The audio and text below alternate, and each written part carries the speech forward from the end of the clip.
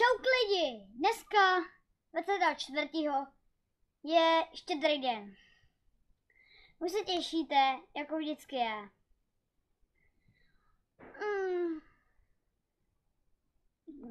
Netěším se moc na dárky.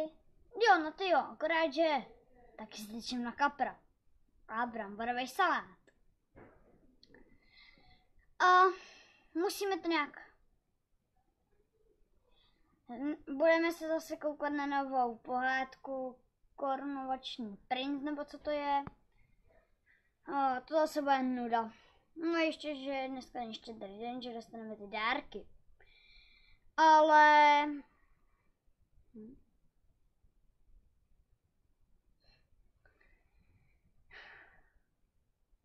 pak zase,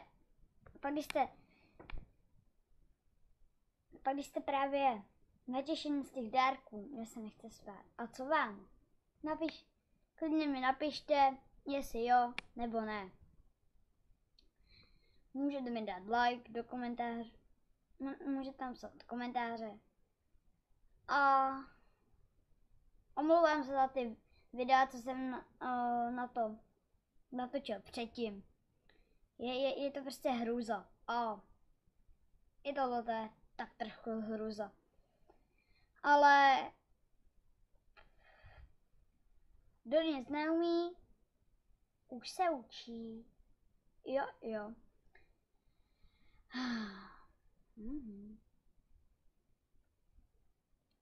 Už se těším, protože až zase přijede Honza.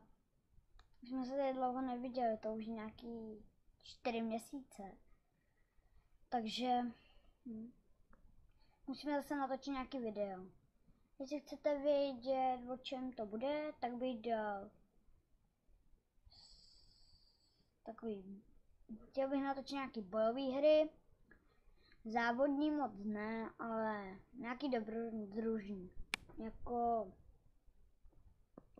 by to bylo nějaký takový různý. Teď se právě chystám. Půjdu pomoct tátovi. Zase bude nuda.